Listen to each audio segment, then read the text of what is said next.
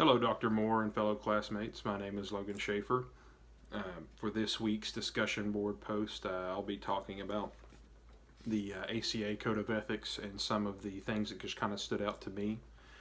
I've had a really good semester so far, really enjoyed the learning, especially on the reliability and validity, which I at first really did not think I was going to enjoy. But the more that I got into it, the more I thought that, this stuff is extremely important, especially to our practice. So. First, what I will start with is the ACA Code of Ethics, and we're looking at Section E, and that will be,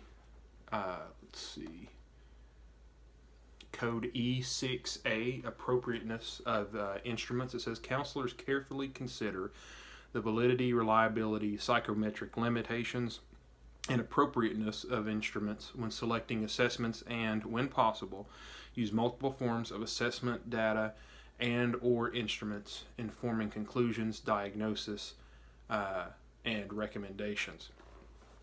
So I thought that was something that we've touched on a little bit, especially when it comes to the reliability and validity of different psychometric tests. Because there's something that, at least that I've learned from this class whenever I was doing the test critique for last week, and then also the week before that with the PowerPoint presentation, was that there is so much information out there in terms of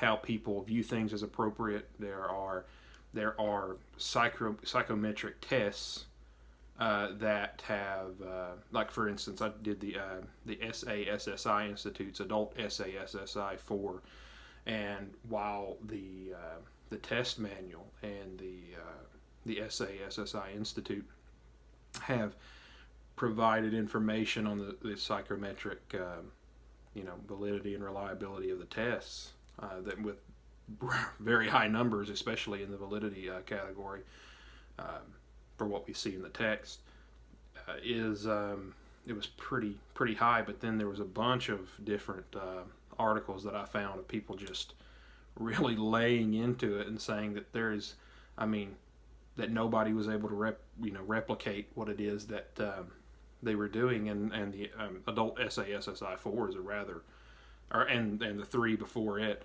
have been rather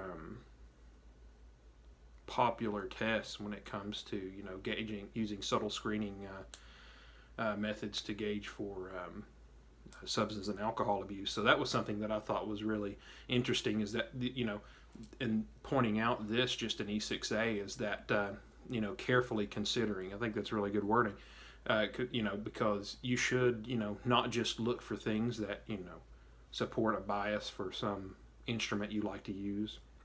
Really look for the psychometric properties that make it a valid and reliable test. And because when it comes, like say if it's a test you like to use that you've had a lot of success with, but if it's not psychometrically sound, you can cause harm to the client. You're not supposed to do that. So very, very unethical behavior. So that's what I wanted to say about E6A, appropriateness of instruments. And now we'll move on down to, it's going to be E9A, and that's going to be reporting. When counselors report assessment results, they consider the client's personal and cultural background, the level of the client's understanding of these results, and the impact of the results on the client. In reporting assessment results, counselors indicate reservations that exist regarding validity, reliability due to circumstances of the assessment or appropriateness of the norms or the person tested. So I thought that was something that was also very interesting, is that, I guess this was probably October to December of last year when I had my multicultural counseling class. And just being able to, especially using the test manuals for each assessment that you would be using, is to look in there and then see the populations that they were originally used on, and see, if it's across both genders or if it's across multiple races, what it is that is, and then comparing that to your client as you're going forward, and making sure that the client, themselves, they know how this scoring will result or will compare to them.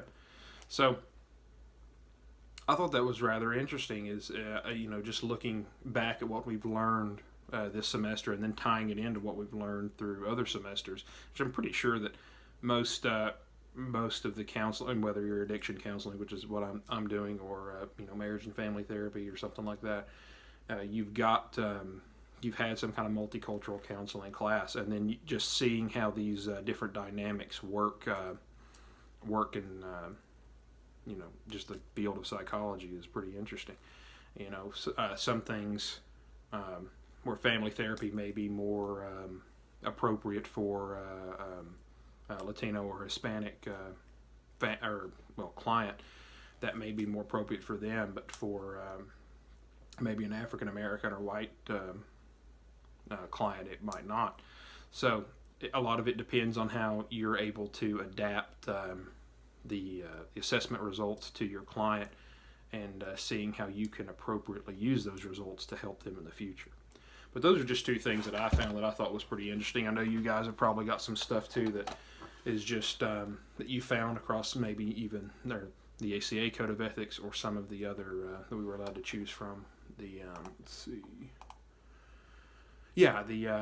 ASCA School Counselor Profession Standards and Competencies, Code of Fair Testing Practices in Education, and Test Taker Rights and Responsibilities. I'm really looking forward to see what some other people have said on some of these things.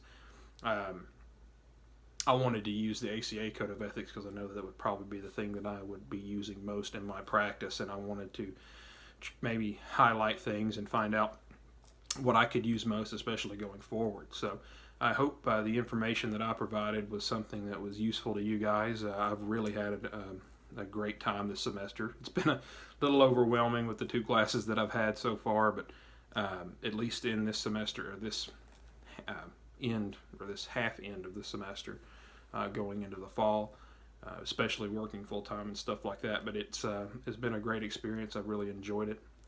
The work has been really rewarding, especially learning the challenging things that I did not think that I would like to begin with, but especially with reliability and validity. But I've really enjoyed it, and I've enjoyed the challenge. I hope you guys have a great rest of your semester, which there's only a day left. So I hope you guys have a great night, and God bless.